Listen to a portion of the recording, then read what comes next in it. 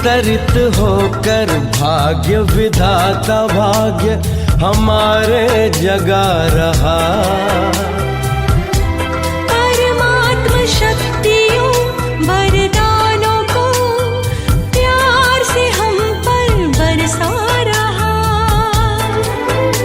स्वागत में है रोशन आपके लिए, आँखों में सुनहरे सपनों के दिए। स्वागत में है रोशन, आप आए उल्लास आया, जैसे कोई मधुमास आया। आप आए उल्लास आया, जैसे कोई मधुमास आया। आपके स्वागत में यह बेला आई 16 श्रृंगार किए। स्वागत में है रोशन आपके लिए, आँखों में सुनहरे सपनों के दिए। स्वागत में है रोशन। हुए आपके जब दर्शन, महक उठे श्रद्धा के सुमन। हुए आपके जब दर्शन, महक उठे श्रद्धा के सुमन। श्रद्धा के यह सुमन समर्पित आपको, आप इन्हें लीजिए। स्वागत में है रोशन आपके लिए, स्वागत में है रोशन। प्रतीक्षा थी निगाहों में, पलकें बिछी थी राहों में। प्रतीक्षा थी निगाहों में, पलकें बिछी थी राहों में। प्यास के मन में दर्शन जल के, प्याले भर भर हमने पिए। स्वागत में है रोशन आपके लिए, आँखों में सुनहरे सपनों के दिए। स्वागत में है रोशन। ओम शांति। अल्पा बहन जी। शांति। वडोदरा परिवार आपका बहुत बहुत स्वागत करता है इस अनुभव के सेशन में, सत्र में। और हमारे साथ आदरणीय चंपा बहन जी भी है, पूनम बहन जी भी पधार चुके हैं। तो मैं चाहूंगा पूनम बहन आपको इंट्रोड्यूस भी करे और स्वागत भी आपका करे। पूनम बहन। ओम शांति। अल्पा बहन जी ओम शांति। शांति। ओम शांति। पूनम दीदी, आज बहुत ही खुशी हो रही है जूम मीटिंग पर अपनी कला संस्कृति प्रभाग के दिल्ली क्षेत्र में जो अपने अथक सेवाएं अब तक देते रहे हैं बाबा की सेवा के लिए। तो ऐसे ही विशेष रत्नों में कला संस्कृति की सेवा में आगे बढ़ चढ़ करके भाग लेने वाले हमारे अल्पा बहन जी हम सबके मध्य में उपस्थित हैं। अल्पा बहन जी की तो मैं क्या आपको कहूं कि जितना आपको इस समय सूरत से गंभीर दिखाई दे रही हैं, तो गंभीर तो है ही हैं, लेकिन साथ में क्योंकि इस विंग की एक्टिव मेंबर हैं तो रमणीक भी बहुत है। और आपके अंदर सिंगिंग का भी जो गुण है वो कूट कूट के भरा हुआ है, और नृत्य कला में भी आप प्रवीण हैं। तो बहुत सारी ऐसी कलाएं जो गुप्त रूप में आप में छिपी हुई हैं, जिनको बाबा ने देख लिया था, बड़ों ने देख लिया था। तो तभी आपको इस विंग की सेवा के लिए जो है शक्ति नगर सेवा केंद्र की ओर से आदरणीय चक्रधारी दीदी और आदरणीय भ्राता जगदीश भाई जी ने आपको सेवाओं में आगे रखा। लेकिन इसके साथ साथ दिल्ली की सेवाओं में भी आप शक्ति नगर सेवा केंद्र पर रह करके जब अपनी सेवाएं दे रही थी तो हमने वो रूप भी आपका देखा। और जब बाबा ने आपको इंडिपेंडेंट टैगोर पार्क की सेवा के लिए भी नियुक्त किया, जिम्मेवारी दी, तो उन सेवाओं को भी बखूबी निभाते देखा। क्योंकि मेरा 1-2 बार सेवा केंद्र पर क्लास कराने और कला संस्कृति की मीटिंग के कारण इनके सेवा केंद्र पर जाना हुआ। लेकिन इतना सुंदर सेवा केंद्र बना रखा इन्होंने, और इनकी इतनी हिम्मत, मेहनत, रूहानियत, लगन की अवस्था ने जो है इनको थोड़े ही समय में वहां पर भाई बहनों के बीच में इतना प्रिय स्नेही बना दिया कि हमने देखा कि थोड़े दिनों के अंदर ही इन्होंने जिस बिल्डिंग में ये रह रहे, साथ में दूसरी बिल्डिंग भी इन्होंने खरीद करके और अपने सेवा केंद्र को थोड़े ही समय में बड़ा बना लिया। तो जरूर ये अपने, अब तक हम कुछ दिनों से जो है आदरणीय भ्राता जगदीश जी के और आदरणीय चक्रधारी दीदी जी के कुशल नृतत्व में जो अमूल्य अनन्य रतन बाबा की सेवा में दिल्ली में सेवारत हैं, उनके अनुभवों को सुन रहे थे। कल हमने रानी बहन जी के अनुभव को सुना था, तो आज हम अपनी अल्पा बहन जी के भी इसी प्रकार के ही विशेष अनुभवों से लाभान्वित होंगे। तो हमारी अल्पा बहन जी बहुत ही मधुर भाषी, बहुत ही मुस्कुराहट के साथ खुले दिल से सबका वेलकम करने वाली, और कला संस्कृति प्रभाग के अभियानों में आपने बड़े ही खुले दिल से हर प्रकार की तन मन धन श्रेष्ठ संकल्पों की, सब प्रकार की आपने इतनी सुंदर सेवाएं दी कि बस आपको सामने देखते ही कोई भी अपनी मीटिंग के अंदर, तो हमें तो इतनी निश्चिंत अवस्था हो जाती थी कि अल्पा बहन अब आ गई है, अब ये संभाल लेगी। ऐसे ही मधुबन में भी जब आपस में मिलते तो इनको देख करके एक ऐसे लगता बिल्कुल निश्चिंत कर देती हैं ये अपनी सेवाओं के द्वारा। तो ऐसे सुंदर बाबा के खिले हुए पुष्प का जो गुजरात में खिला और दिल्ली में आकर के सेवाओं में जुट गया, तो गुजरात से आपकी आध्यात्मिक यात्रा शुरू हुई और दिल्ली में आकर के आपने अपनी ईश्वरीय सेवाएं चारों ओर दी। तो ऐसी सुंदर सेवाओं को करने वाली हमारी अल्पा बहन का शिव स्मृति चैनल पर तहे दिल से स्वागत है, स्वागत है, स्वागत है। आपके स्वागत में मैं तो क्या गीत गाऊंगी, लेकिन हम आपका जरूर सुनना चाहेंगे। तो इसलिए खुले दिल से, नैनों की दृष्टि से आपका स्वागत है, स्वागत है, स्वागत। ओम शांति। पूनम बहन, आपने बिल्कुल ठीक कहा। अनुभव तो सुनेंगे ही सुनेंगे, लेकिन क्यों नहीं, जब आर्ट एंड कल्चर विंग की पर्सनालिटी हो और उसमें भी सिंगिंग की एबिलिटी हो, तो जरूर ये मौका हम छोड़ना नहीं चाहेंगे। लेकिन मैं अल्पा बहन से पूछूंगा, अल्पा बहन गुजरात में आप कहाँ से? भावनगर। भावनगर। अच्छा, भावनगर, ओके, वेरी गुड, ठीक है। चंपा बहन? जी, भावनगर के मूल वतनी अल्पा बहन, वर्तमान कार्य क्षेत्र दिल्ली। अल्पा बहन, आपका बहुत बहुत स्वागत है। धन्यवाद। भावनगर में तो हमारे गीता बहन भी रहे हुए हैं। हाँ जी। गीता बहन भी रहे थे, अभी तो शांतिवन में रहते हैं। मैं उसी समय की हूँ। अच्छा, उसी समय के हो आप? जी। अच्छा, तो फिर गीता बहन का ज्ञान सरोवर में आना हुआ तो साथ में आप भी आए? मैं उससे पहले चली गई थी, मैं दिल्ली चली गई थी पहले ही। अच्छा अच्छा। हाँ। तो अभी फिर से गुजरात में बड़ौदा में आपका बहुत बहुत स्वागत है, और बाकी तो आपसे ही सुनेंगे आपका अनुभव। अपना पूनम बहन ने तो पूरा परिचय आपका दे दिया है, तो स्वागत है और हम सुनेंगे आपसे। जी, धन्यवाद, धन्यवाद। ओम शांति। आपका बहुत बहुत धन्यवाद। आपने इतना सुंदर कार्यक्रम रचा है, जिसमें अनेक भाई बहनों के पूरे इतिहास के पन्ने खुल जाते हैं।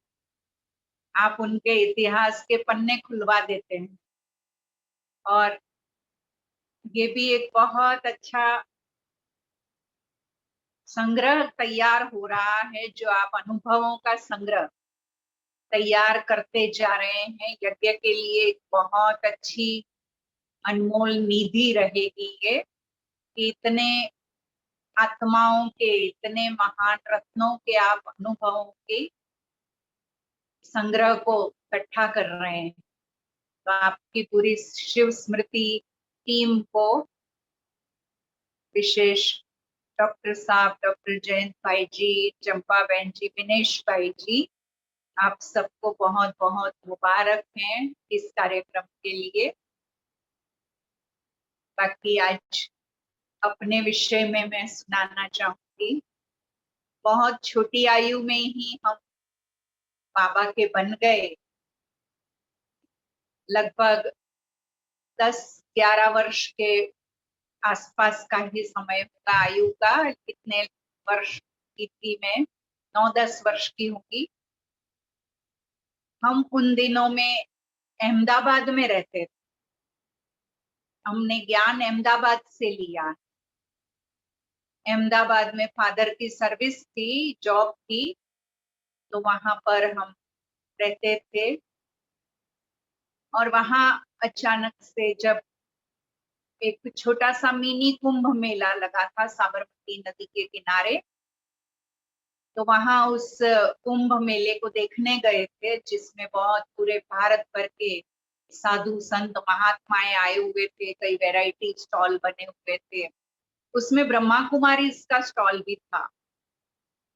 और जब ब्रह्मा कुमारी इसका स्टॉल देखा हमने, पूरा परिवार गया था देखने। हम तो बहुत छोटे थे, तो उस समय स्टॉल देखने के बाद लास्ट में योग शिविर के फॉर्म भरवाए जाते हैं, इस प्रकार से फॉर्म भरवा रहे थे। तो फादर ने फॉर्म भरा था, मम्मी ने नहीं भरा। इसका कारण था, मम्मी सोचती थी कि मैं तो भक्ति पूजा करती हूँ अपने तरीके से, कृष्ण की भक्ति करती थी। परंतु फादर कुछ भी कोई खास भक्ति में इतना नहीं था। नास्तिक नहीं थे पूरे, लेकिन कुछ खास भक्ति का कोई कार्य नहीं करते थे। तो मम्मी ने ही फोर्स किया कि आप ये योग शिविर कर लीजिए, फॉर्म भर दीजिए। तो उन्होंने भर दिया था। और तब से ही वहां उन्होंने, हम जिस एरिया में रहते थे वहां नजदीक के सेवा केंद्र का एड्रेस दे दिया था। पालड़ी में हम रहते थे, और वहां पालड़ी में सेंटर पर फादर जाने लगे। और उसके बाद तो रेगुलर वहां पर उनका जाना चलता रहा। उनके साथ ही, हम तो बहुत छोटे थे, तो जैसे मम्मी पापा के साथ बच्चे जाकर के बैठ जाते हैं साथ में, ऐसे ही हम पापा के साथ जाके बैठते थे। सेंटर में जाते थे, अच्छा लगता था। उनकी क्लास में बैठते थे। कुछ समय में ही बच्चों का प्रोग्राम मधुबन में होने वाला था, गर्मियों के दिनों में। ये बात वहां की बहनों ने हमें बताई कि बच्चों का प्रोग्राम होने वाला है। तो फादर को कहा कि आप भी बच्चों को भेजना चाहेंगे। तो हमें पूछा, तो हम भी तैयार हो गए थे। तो उस समय बच्चों को भी थोड़ा सा कोर्स कराने के लिए, रेडी करने के लिए उन्होंने कहा कि आप लोग थोड़ा कोर्स कर लो। और उसके लिए हमें कहा गया कि कोर्स आपका जो होगा वो मणिनगर में होगा।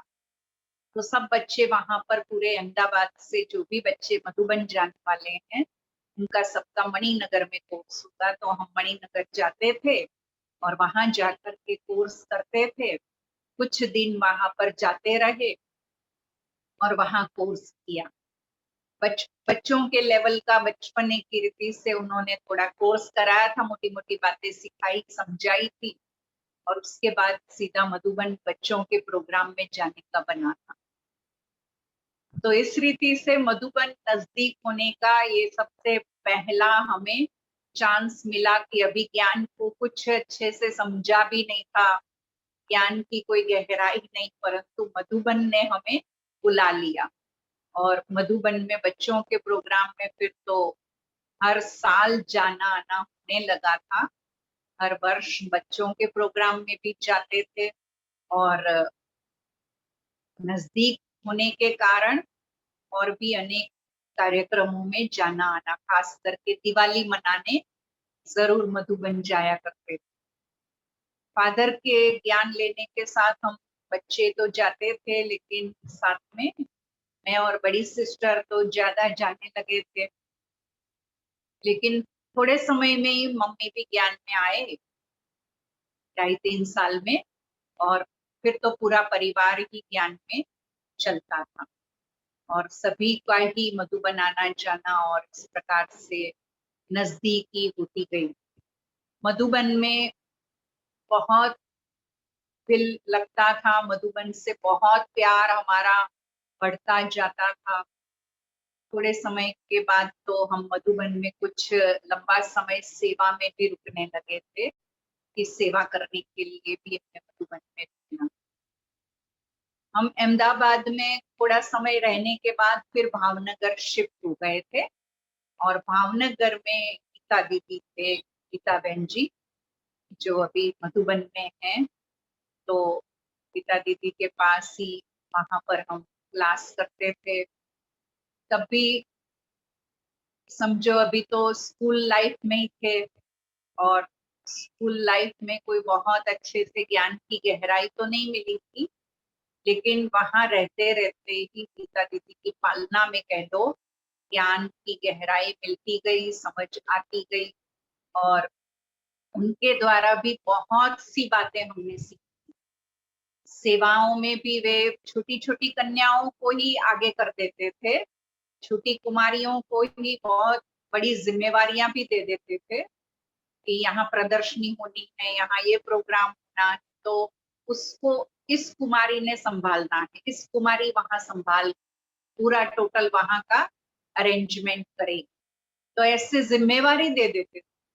उसके कारण हम बहुत छोटी आयु में ही थे, अभी तो सेंटर पर भी नहीं रहते थे, लेकिन सेवाएं करने में वे बड़े जिम्मेवारी वाले कार्य हम करना सीखते गए और उस रीति से ट्रेनिंग मिलती जा रही कि किस प्रकार से सेवाएं करनी, टीचर के रूप में कैसे सेवाएं संभालनी होती है, वो जैसे कि उसी समय हमें ट्रेनिंग मिलती जा रही थी, ऐसा महसूस होता था।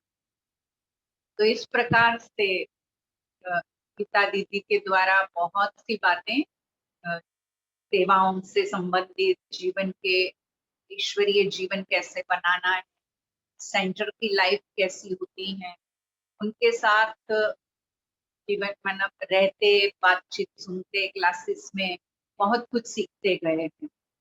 और मधुबन भी वे हमें सेवाओं में भेजते रहते थे, तो काफी लंबा समय मधुबन में कभी 15 दिन, कभी महीना सेवा में जाना आना होता था।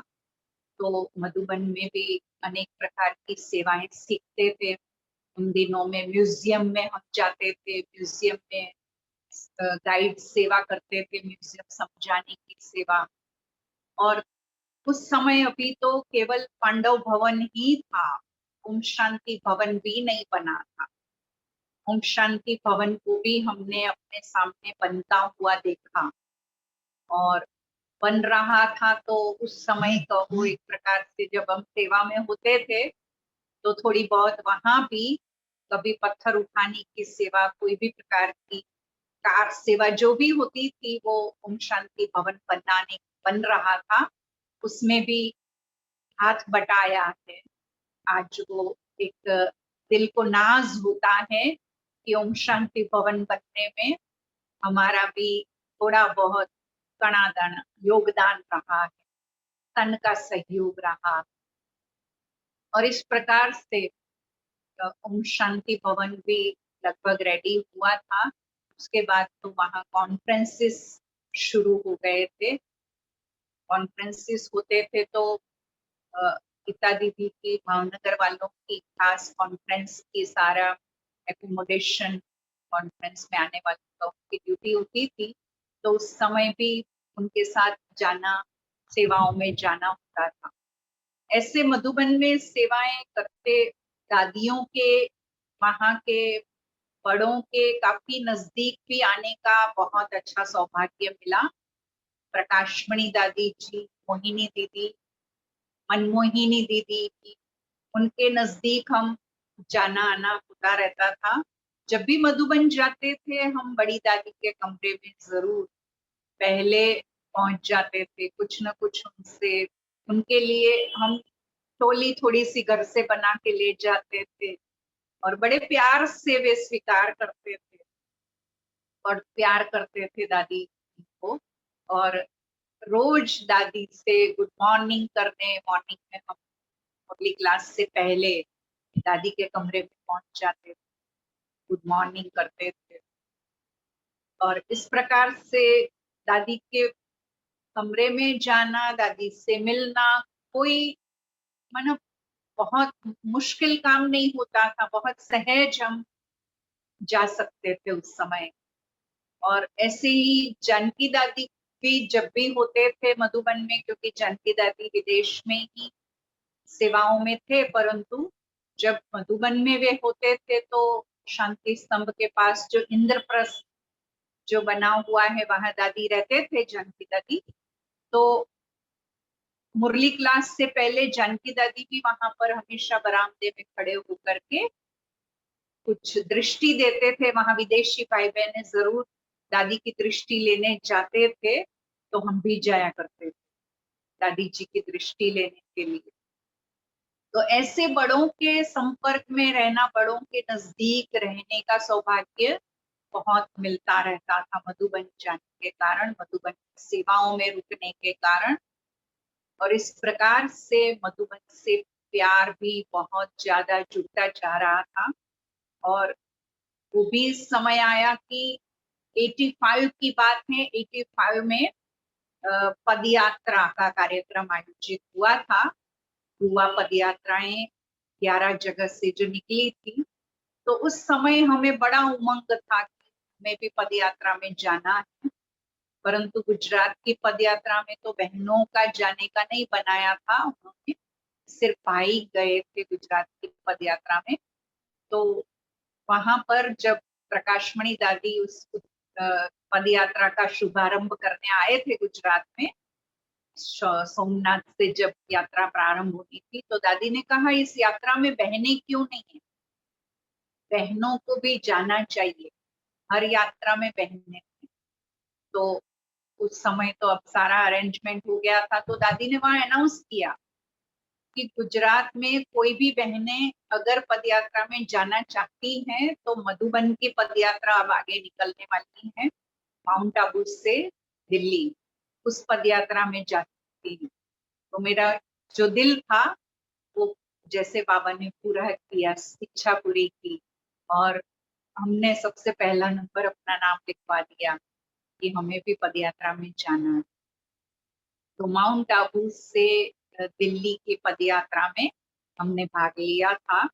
और उस समय मधुबन से पदयात्रा निकली, तो मधुबन निवासी भाइयों के, भाई बहनों के साथ काफी नजदीक रहे और उनके साथ ही पदयात्रा में बहुत सारी सेवाएं करते रहे। छोटे थे, पदयात्रा में सबसे छोटी थी मैं, परंतु फिर भी बड़ा स्नेह प्यार भी मिलता था और सेवाएं भी सब प्रकार की वे सिखाते रहते थे बच्चे। तो इस प्रकार से पदयात्रा का भी एक बड़ा निराला अनुभव हमारा रहा कि पदयात्रा में हम माउंट आबू से दिल्ली तक पैदल गए, रास्ते में अनेक प्रकार की सेवाएं करते हुए और दिल्ली पहुंचे। ऐसे कहेंगे कि दिल्ली से शायद तब से हमारा एक रिश्ता जुड़ना शुरू हो गया। दिल्ली की धरती पर पदयात्रा के समय हमने पांव रखा और इस दिल्ली की धरती ने हमको अपने पास बुला लिया।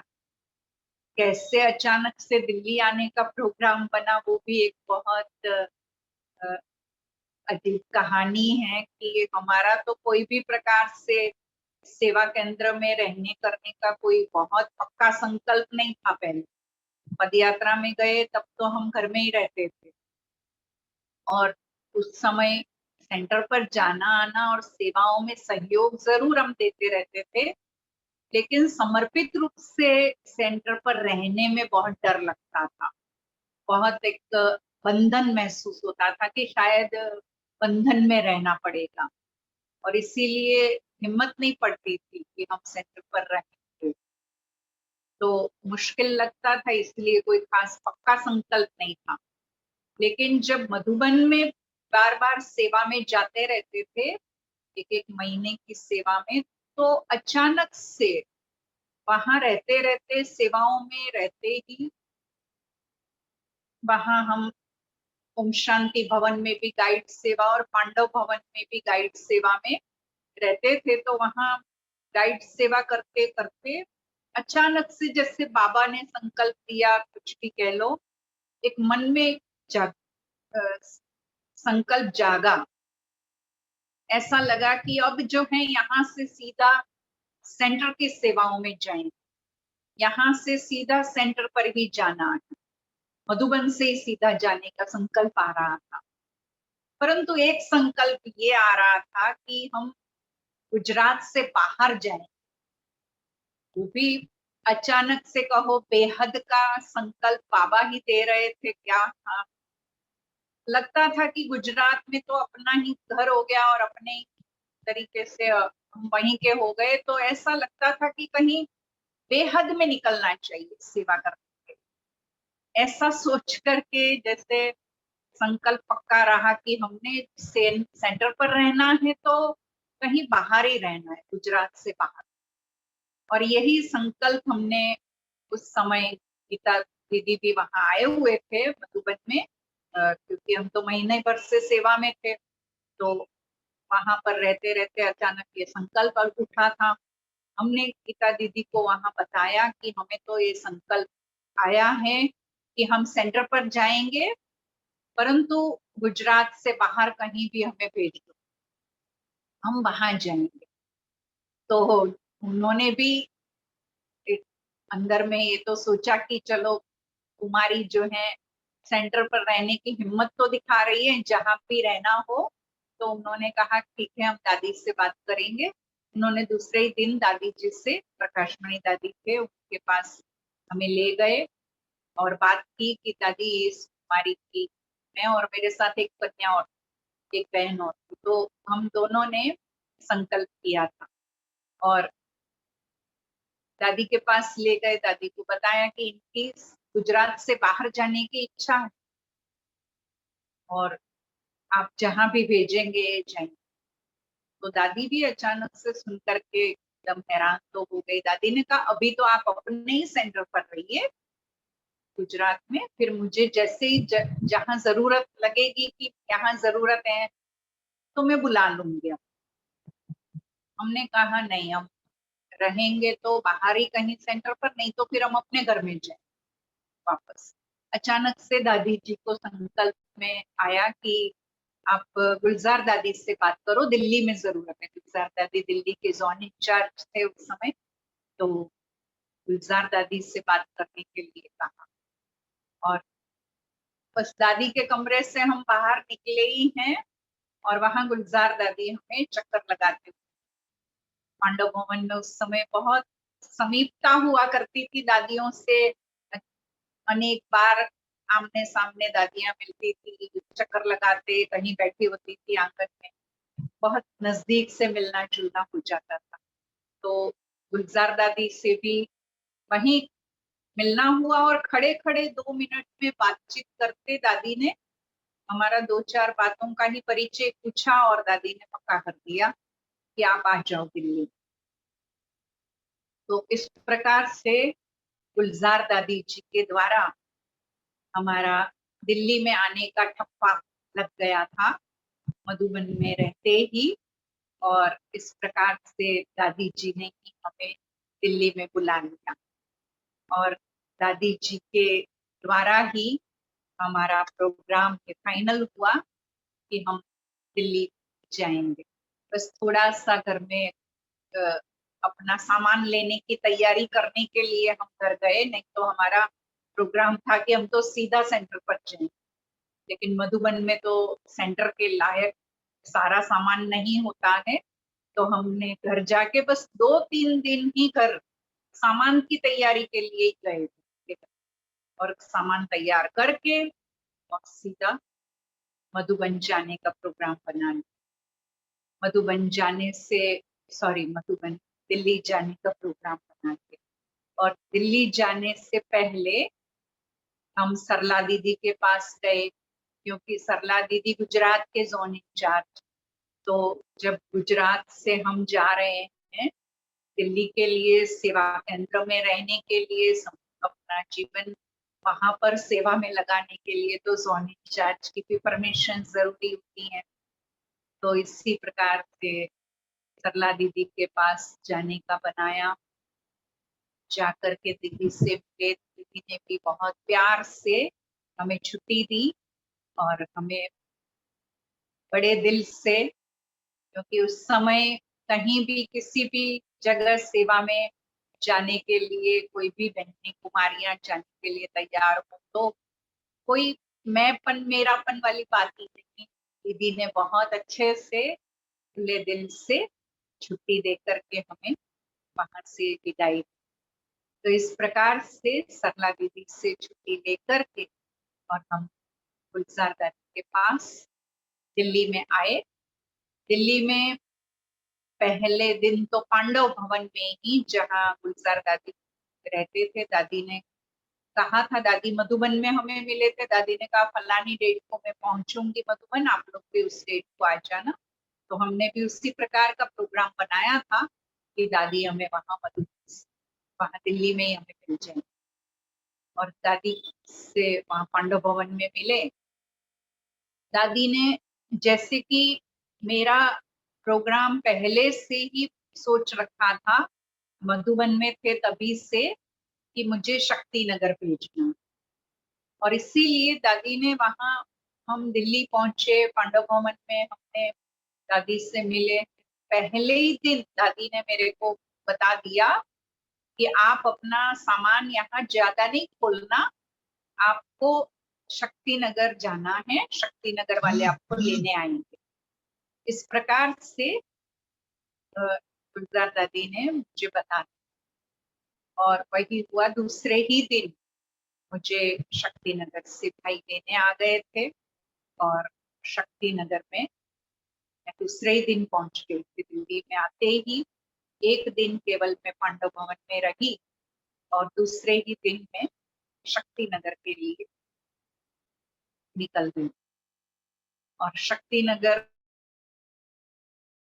मेरे लिए तो दिल्ली नया स्थान था, गुजरात से बाहर के कहीं कोई जान पहचान कुछ भी नहीं था, परंतु बाबा ने हमें जहाँ सेवा में भेजना था, बाबा करावनहार हैं, उन्होंने हमें करवाया। हमारे मन में भी संकल्प शायद उन्होंने ही डाला, और हम दिल्ली की बेहद की सेवा के लिए निकल आए थे। तो शक्ति नगर में जगदीश भाई साहब, चक्रधारी दीदी, मैं तो उनको भी पूरी रीति नहीं जानती थी बहुत अच्छे तरीके से, केवल थोड़ा सा नाम सुना था बहुत अच्छे से, तो उनके बारे में भी, क्योंकि छोटेपन से और भले मधुबन में सेवाओं में रहे थे, लेकिन इतना ज्यादा सभी प्रकार के विस्तार की बाहर की बातों को नहीं जानते। तो भाई साहब का नाम सुना था, मधुबन में देखा था उनको, परंतु उनके साथ रहने का इतना ऊंचा सौभाग्य मिल जाएगा, और कैसे हम उनके पास ही सेंटर पर पहुंच जाएंगे, ये तो सपने में भी नहीं सोचा था, और वो समय हमारे लिए आ गया। और इस प्रकार से सेवा केंद्र में पद यात्रा के बाद ही, समझो थोड़े समय में ही हम सेंटर पर आ गए थे। 86-87 की बात ही हम सेंटर पर आ गए। और शक्ति नगर में जगदीश भाई साहब के साथ रहते, चक्रधारी दीदी, सुधा दीदी, संतोष दीदी, ये सब उस समय वहां पर थे, और उन्हीं के साथ, सबके साथ रहने का, उनके सबके द्वारा बहुत कुछ सीखने का हमें सौभाग्य मिला। ज्ञान की पूरी गहराई कहो तो वो हमने वहां पर उन सब बड़ों के बीच में रह करके सीखा, क्योंकि बहुत छोटेपन से ज्ञान में आ गए थे और बचपने से ही ज्ञान में चल पड़े, तो बहुत ज्यादा गहराई तो नहीं थी, मोटा मोटा बाबा को पहचाना था और थोड़ा ज्ञान था। लेकिन एक एक ज्ञान की गहराई क्या होती है, तो शक्ति नगर में रह के हमने बहुत कुछ सीखा। जगदीश भाई साहब हमारी हमेशा रात्रि क्लास कराया करते थे। रात्रि क्लास हमारा घर में रहने वालों के, सेंटर पर रहने वालों की ये निश्चित होती थी कि रात को भोजन आदि करके सब आपस में मिलेंगे, बैठेंगे और मुरली आगे के दिन की, दूसरे दिन की, आने वाले दिन की मुरली पढ़ते थे। तो जब मुरली कोई भी बहन के द्वारा पढ़वाई जाती थी, भाई साहब भी बैठे होते थे, तो कोई एक आध पॉइंट ऐसी मुरली में से सुनते हुए जगदीश भाई साहब उसमें से कुछ क्वेश्चन निकालते थे या कोई बात निकालते थे, और उसके बाद तो भाई साहब की ही उनमें से उस टॉपिक को लेकर के, मुरली में से एक पॉइंट निकला और उस टॉपिक को लेकर के वाणी उनकी बहनी शुरू हो जाती थी, जिसको कहें कि उनके मुख से गंगा बहनी शुरू हो जाती थी। इतना ज्ञान उनके अंदर समाया हुआ था, जो बाबा की मुरली में से एक पॉइंट लिया और उसकी गहराई, उसके ऊपर चिंतन, उसके ऊपर बहुत पूरी विस्तृत रीति से जानकारी बहुबे हमें दे देते थे। तो इतना उस समय अच्छा लगता था पूरी मुरली को समझना, और मुरली में से एक पॉइंट की भी गहराई मिल जाती थी तो उसका एक खजाना मिल जाना लगता था।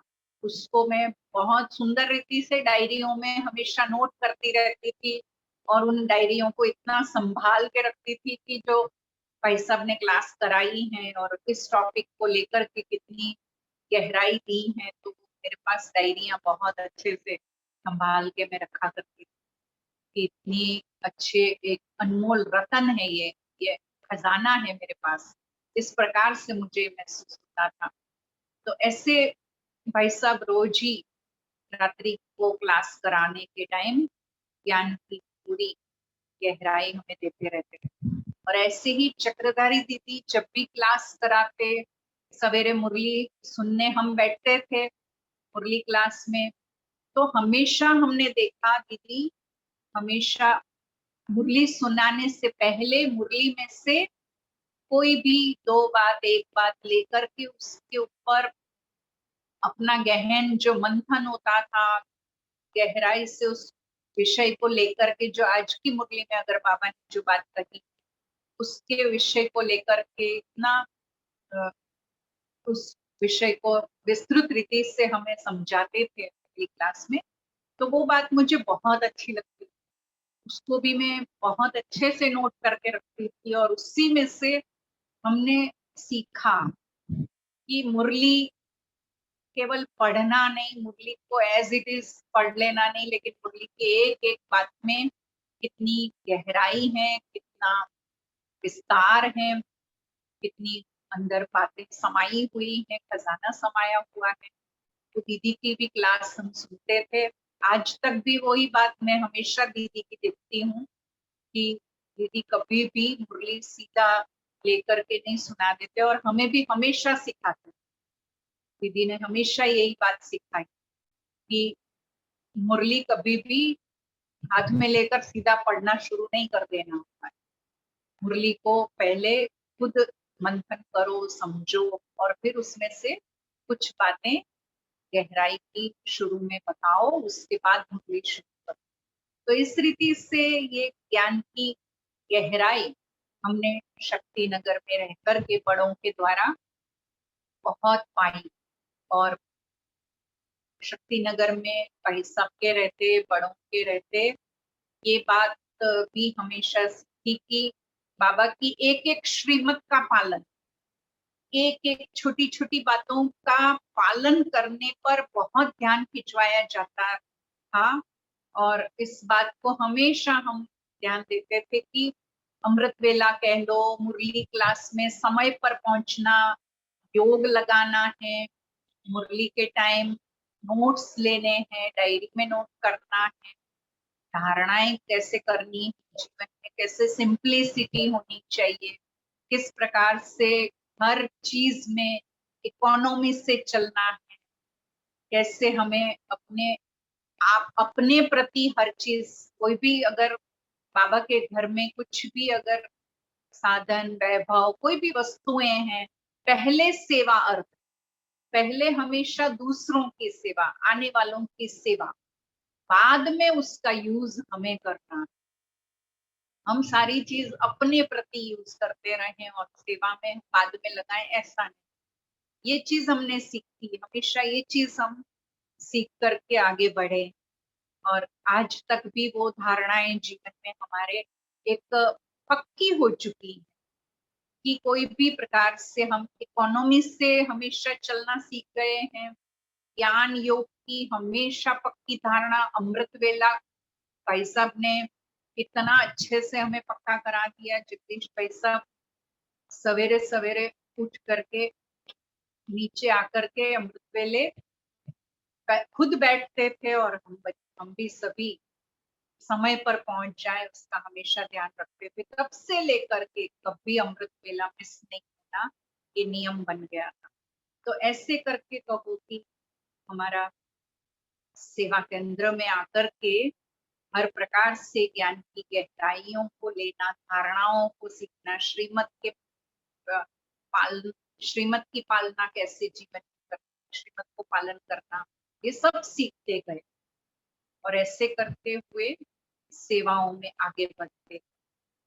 और इन सेवाओं में आगे मेरा खास करके अगर सेवा के क्षेत्र में पार्ट कहें, बाबा ने रखा कहो, बाबा ने जो कराया, तो मुझे जो महसूस हुआ अपने लिए कि बाबा ने हर जगह आगे सेंटर पर आने के बाद जहां स्थापना का कार्य, नया सेवा केंद्र जहां स्थापना होनी होती थी, वहां जैसे बाबा ने मेरा पार्ट रखा था। जहां नए सेंटर खुलते थे, शुरुआत में स्थापना के टाइम में मुझे रोल मिलता था। शक्तिनगर आने के बाद मुजफ्फरनगर में सेवा केंद्र खुलने वाला था। नया सेंटर ही बिल्कुल वहां पर छोटा सा स्थान किराए पर लेकर के ही नया सेंटर खुलना था और वहां पर संतोष दीदी जो रशिया वाले हैं, रशिया में है अभी, तो संतोष दीदी को भेजा था पहले मुजफ्फरनगर। शक्तिनगर में वे रहते थे तो उनको मुजफ्फरनगर की सेवा, और उस समय उनके साथ फिर मुझे जाने का चांस मिला था। मैं छोटी थी उस समय, तो सेंटर को संभालने के लिए संतोष दीदी और साथ में एक बहन को भेजते हैं, ऐसे मेरे को भेजा। तो तब भी नया सेंटर ही था, नए शुरुआत थी और संतोष दीदी के साथ रह करके उस मुजफ्फरनगर के सेवा केंद्र की शुरुआत को कैसे आगे बढ़ाना होता है, कैसे स्थापना करनी होती है, वो मैंने सीखा। उनके साथ रहते हुए, उनके भी साथ में लगभग 2.5 साल, 2.25 साल रही, तो 2.5 साल तो रही मैं उनके साथ मुजफ्फरनगर में संतोष दीदी के साथ। और उनके साथ रह के भी सेवाएं, बहुत नए नए प्रकार की सीखने का सौभाग्य मिला। कैसे VIPs की सेवा होती है और कैसे स्कूल कॉलेजेस में सेवाएं करते थे वहां पर हम लोग। तो संतोष दीदी के साथ जाते थे तो पिकनिक मिलता था और इस प्रकार से वहाँ नया सेंटर खुला था, तो नए सेंटर की भी कैसे शुरुआत से लेकर के पालना करनी होती है, वो चीज भी सीखते गए।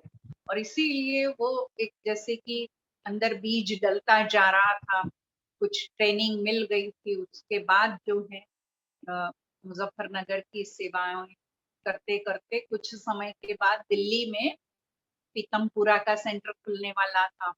तो पीतमपुरा के सेंटर का भी जब बिल्कुल स्टार्टिंग, शुरुआत में खुलने का संकल्प बना बड़ों का, तो मैं वहां पर, मुझे ही वहां पर बिठाया था। तो इस प्रकार से पीतमपुरा सेंटर की भी बिल्कुल शुरुआत से लेकर के नए भाई बहनों की पालना करना, नए भाई बहनों को तैयार करना और उनको किस प्रकार से स्टैंड करना, पाँव पे खड़ा करना, इस प्रकार की सेवाएं सीखते हुए आगे बढ़ते गए। तो बाबा कराते गए और इस प्रकार से नई स्थापना के कार्य में जैसे बाबा निमित्त बनाते थे, ऐसे ही मैंने देखा कि कुछ समय पीतमपुरा में सेवाएं करते करते हमारा शिफ्टिंग बहुत होती रहती थी उन दिनों में। बहनें, कभी कोई बहन कहाँ, कभी कोई बहन शक्ति नगर के कनेक्शन में, हमारा कभी कहाँ आना जाना तो होता ही रहता था बहनों का। तो मैं कुछ समय शक्ति नगर में रहती थी उस समय, पीतमपुरा के बाद थोड़ा समय। तो शक्ति नगर में रहते हुए जब ये डेरावाल नगर है, तो डेरावाल नगर की जमीन तैयार मैंने मिल गई थी और जमीन ले लेने के बाद वहां पर बिल्डिंग बनना अभी शुरू नहीं हुआ था, परंतु बिल्डिंग बनने से पहले वहां खाली ग्राउंड में ही जो सीमेंट वगैरह या सामान रखने के कच्चे कमरे बना लेते हैं, थोड़ा टीन शीट डाल करके, ऐसे 1-2 कमरे बने हुए थे। उन कमरों में ही जाकर के हमने क्लास कराना शुरू कर दिया था। फिर खाली ग्राउंड में सिर्फ ऐसे 1-2 कमरे जो कच्चे बने हुए थे, बस वहीं पर। तो रोज शक्ति नगर से वहां जाती थी और वहां जाकर के क्लास कराना, वहां पर योग शिविर कराया, कोर्स कराए नए नए भाई बहनों के, फिर रेगुलर जाकर के वहां मुरली सुनाना। तो ये रेगुलर वहां जाना होता रहा। और फिर हमारे वहां सेवा करते करते ही बिल्डिंग बननी शुरू हुई और बनते बनते बिल्डिंग जब बन के तैयार हो गई, उसके बाद बहनों का वहां रहने का शुरू हुआ था। तब तक मैं लगातार क्लास कराने जाया करती थी। इस प्रकार से नई सेवाएं और नई सेवाओं की शुरुआत में बाबा ने लगाया था, कार्य में हमें जिम्मेवारी दी थी। और ऐसे ही डेरावाल में रहते हुए थोड़ा समय डेरावाल में रह के और फिर हम टैगोर पार्क में आए, जहां पर मैं अभी हूँ। ये टैगोर पार्क का भी बिल्कुल नया सेंटर खुलना और यहाँ पर भी नई सेवाएं शुरू हुई। एग्जीबिशन की थी, एग्जीबिशन के बाद कोर्स कराना था, कोर्स कराने के लिए आती रही मैं, डेरावाल से रोज आना जाना होता था। और यहाँ आते जाते कोर्स कराते कराते फिर यहाँ स्थान ले लिया गया और स्थान लेकर के फिर यहाँ सेवा में रहने लगी। तो इस प्रकार से जो है 3-4 सेंटर का मुझे ऐसा ध्यान आ रहा है, बाबा ने एक कहो कि स्थापना के लिए निमित्त बनाया था। और जहाँ स्टैंड हो जाता था, रेडी हो जाता था, फिर बाबा कहते थे और आगे की चलो, एक नए सेंटर की स्थापना के लिए आगे कदम बढ़ाओ। और ऐसे करके बाबा आगे बढ़ाते थे। तो इस प्रकार से हमने देखा कि बाबा कैसे अपने सेवा के कार्य में किस प्रकार से हमें हमारे अंदर की बातों को देखते हैं और समझते हैं और उस रीति से बाबा हमें आगे बढ़ाते हैं। वो सब चीजें हम देखते थे और इस प्रकार से हमने अनेक प्रकार से कहूँ कि बाबा की अंदर अनुभव किया है कि बाबा हमें कैसे अपनी छत्र छाया में रख करके और कैसे निमित्त हम बनते हैं। तो निमित्त भावना रखती हूँ मैं तो हमेशा कि हम तो केवल निमित्त हैं, करन करावनहार बाबा है। और इस निमित्त भाव से सचमुच में बाबा हमें एक इंस्ट्रूमेंट बना करके कार्य कराते रहते हैं और उस कार्य में हमें कैसे बाबा आगे बढ़ाते हैं वो पता भी नहीं चलता। और ऐसे करते आज मैं टैगोर पार्क सेवा केंद्र में अपनी सेवाएं दे रही हूँ। तो इस प्रकार से देखा जाए तो कहाँ गुजरात में बैठे थे और गुजरात में बैठ करके बाबा ने कैसे कहाँ से कहाँ पहुंचा दिया, न मन न चित। इस प्रकार से हमारा दिल्ली आना हुआ और दिल्ली में आकर के भी बाबा ने कैसे अपनी सेवाओं में हमें आगे नई नई कार्य में आगे बनाते गए, बढ़ाते गए और इस प्रकार से हम आज यहाँ पर हैं। तो लाख लाख शुक्रिया निकलता है बाबा का। और इतने बड़ों की पालना लेते हुए, इतने बड़ों से अनेक बातें हम सीखते हुए हम आज यहाँ पहुंचे हैं, तो उन सबका भी बहुत बहुत दिल से धन्यवाद निकलता है। उनके प्रति भी दिल का शुक्रिया निकलता है, चाहे वो गीता दीदी हैं, चाहे वो हमने बाद में सेंटर पर आए तो हमने हर बड़ों की, जगदीश भाई साहब और चक्रधारी दीदी, सुधा दीदी, संतोष दीदी, उनके सब की पालना और उनके सब के द्वारा अनेक बातें सीखते हुए आज हम यहाँ पर पहुंचे हैं। तो सबका दिल से धन्यवाद निकलता है। ओम शांति। हम शांति। Thank you. तो विशेष बाबा ने गुजरात के एक रतन को दिल्ली में रखा हुआ है, तो आज आपका अनुभव सुन करके बहुत खुशी हुई, पद यात्रा की बातें भी याद आई। तो जो आपने ये उल्लेख किया, और बहुत सारे भाई बहनों ने आगे भी ये रात्रि क्लास जो जगदीश भाई खास करके मुरली के दरमियान कराते थे, तो क्या है इसका कुछ रिकॉर्डिंग्स है हमारे पास? उस वक्त जो जगदीश भाई ने समय कराया है, कोई रिकॉर्डिंग? वैसे तो समय भाई साहब छोटे, माना हम आपस में घरू क्लास करते थे, तो घरेलू क्लास में कोई रिकॉर्डिंग वाला सिस्टम तो हम लेकर के बैठते नहीं थे। कोई जी। बहुत अच्छे साधन भी नहीं थे उन दिनों में, लेकिन हम डायरियों में नोट कर लेते थे। लेकिन बाद में भाई साहब ने मधुबन वगैरह में क्लासेस कराई, बस वही रिकॉर्डिंग तो है, हाँ, उसी वो तो प्रकार है, की है। वो तो हाँ, बस अवेलेबल है बराबर। लेकिन ये जो पर्टिकुलर शक्ति नगर में रात्रि को क्लास, मतलब अकॉर्डिंग टू इसके मुरली, वो recording नहीं है। हाँ, होता है, ठीक है, कोई बात नहीं। तो आपका तो आज गीत भी सुनना है, बहुत अच्छी बात हाँ, पूनम बहन जी ने बताई दी। तो पूनम बहन, पहले आप अपने मन की बात रखे, लास्ट में गीत सुनेंगे और बाबा की याद में फिर पूरा करेंगे। पूनम बहन। सबके साथ मिलजुल करके चलना और फिर उसमें अपने लक्ष्य को सामने रख करके अपनी मंजिल पर भी आगे साइलेंस में बढ़ते चले जाना। तो ये आपने अपनी सेवाओं के क्षेत्र में की स्थापना भी की, जिज्ञासु भी तैयार किए और फिर उनको सौंप करके आगे आगे आप कदम बढ़ाते गए।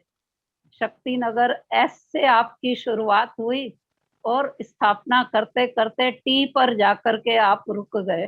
टैगोर पार्क में जाकर के आपका जो है ठहरना पक्का पक्का हो गया, जब बड़ों ने देखा कि अब जो है मैच्योर हो चुकी हैं अल्पा बहन जी, तो उन्होंने सारी जिम्मेवारियां आपको दे दी। आपका अनुभव सुनते हुए मुझे भी याद आया, 85 में मैं भी दिल्ली में ही थी और पद यात्रा में शामिल हुई थी साउथ दिल्ली की साइड में। और जो है गुजरात की भी याद आई कि जब हमारी ट्रेनिंग होनी थी तो भरूच में जाकर के मैंने ट्रेनिंग की थी, टीचर्स ट्रेनिंग। सब दिल्ली में आते करने के लिए और मैं दिल्ली में होते हुए भरूच सेंटर पर गुजरात में गई थी। तो आज थोड़ा इनका अनुभव सुनते हुए मेरे को एकदम से याद आया, भाई ये गुजरात से अटैच होने का कारण क्या है, कुछ तो पीछे बातें हुई होंगी। तो अब ध्यान आ रहा स्मृति में कि इस तरह की मैं इतना 15, क्योंकि ट्रेनिंग में तो आपको पता है 15-15, 20-20 दिन भी उन दिनों में रहना पड़ता था। तो फिर अहमदाबाद में भी जो भी वहाँ का हेडक्वार्टर, वहाँ पर भी सब जगह रहने का और इस तरह के चांस मिले थे। तो इसलिए इनकी बातें सुन करके सारी मेरे को भी सेवाओं की 86 में फिर मैं भी जो है, जैसे पद यात्रा के बाद ये शक्ति नगर सेंटर चले गए थे, मैं यहाँ शालीमार बाग में मेरे को आने का मिला था। तो लगभग काफी बातें मिलते मिलते सब याद आ रही थी। तो बहुत सुंदर अल्पा बहन जी ने अपना अनुभव सुनाया। तो एक जो है विंग से जुड़ने का भी और एक जो गीत इन्होंने रखना है हमारे सामने, उसका अनुरोध है कि वो भी जरूर करें। ओम शांति। जी, थैंक यू चंपा बहन।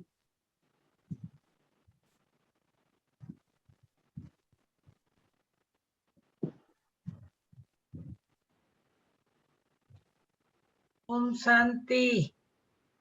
अल्पा बहन, आपने तो दिल्ली में जाके गुजरात का नाम बाला किया है, एकदम गुजरात से दिल्ली। तो बहुत ही ये भी है कि बहुत हिम्मत की बात होती है गुजरात में ही रह के सेवा करना और फिर दिल्ली में जाके करना। तो आपने तो वो हिम्मत का कदम रखा, तो बाबा ने आपको बहुत मदद करके आज इस मुकाम पर पहुंचाया है। तो बहुत बहुत आपका अनुभव सुन के अच्छा लगा।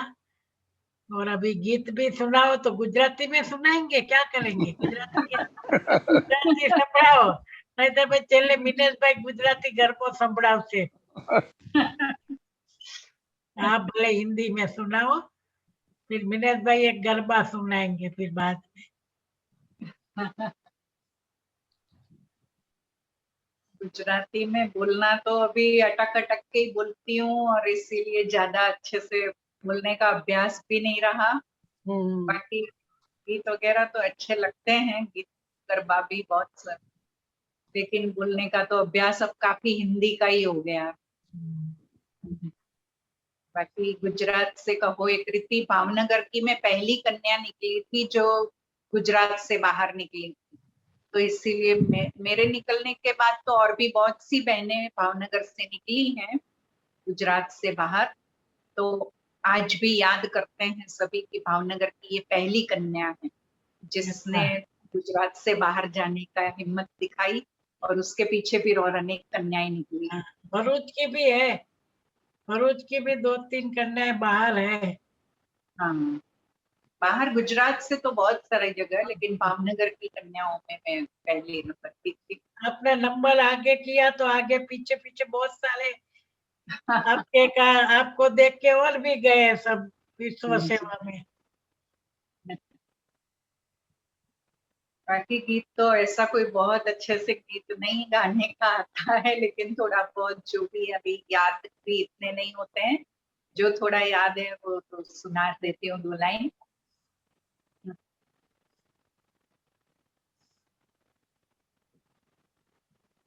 तेरा साथ है तो मुझे क्या कमी है, अंधेरों से भी मिल रही रोशनी है।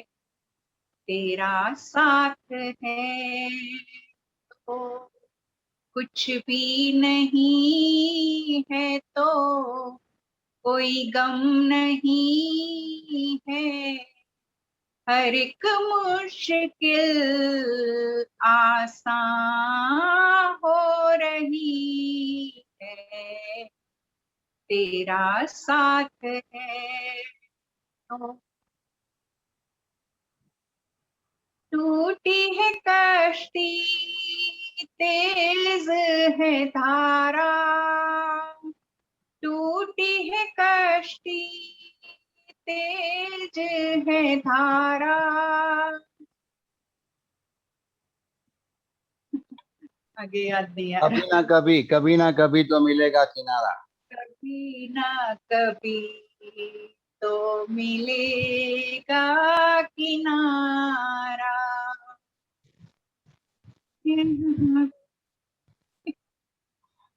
बस इतना ही सुनाएंगे। ओम कोई बात नहीं। शांति। चलो हम इसी सिलसिले को आगे बढ़ा देते हैं, फिर पूरा करेंगे, ठीक है? बहुत अच्छा।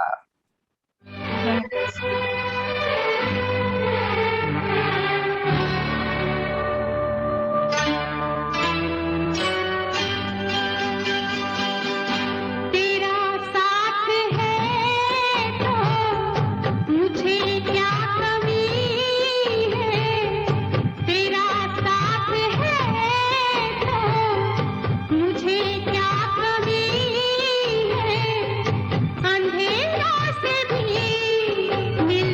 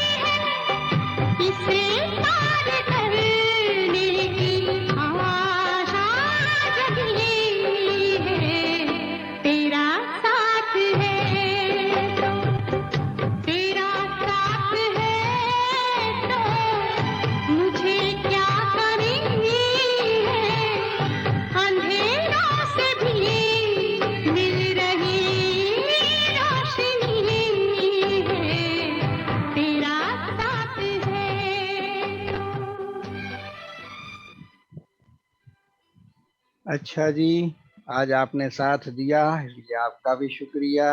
Om Shanti, good Alpa night. बहन, आपको निमंत्रण देना रह गया गुजरात के, वो इसलिए आपको वापस बड़ौदा में आना है जरूर। वडोदरा में मेरी एक सिस्टर भी रहती है, अलकापुरी के कनेक्शन में, अच्छा, छोटी बहन क्या नाम है? कृष्णा। कृष्णा वो डभोई में रहती है। हाँ, कृष्णा बहन पहचानते हैं कृष्णा, उसको। हाँ बराबर, कृष्णा बहन। कृष्णा बहन है। डभोई में नहीं है, लेकिन डभोई के कनेक्शन से डभोई सेंटर है। डभोई कनेक्शन में है, सेंटर है तिलक वाला। हाँ जी, सेंटर डभोई ठीक है। कनेक्शन। चंपा बहन, आपकी भी फरमाइश पूरी कर ली लो।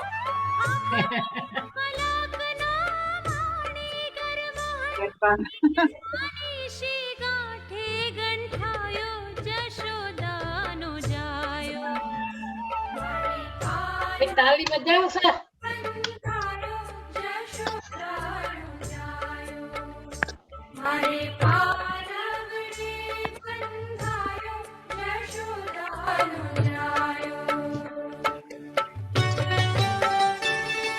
ओके,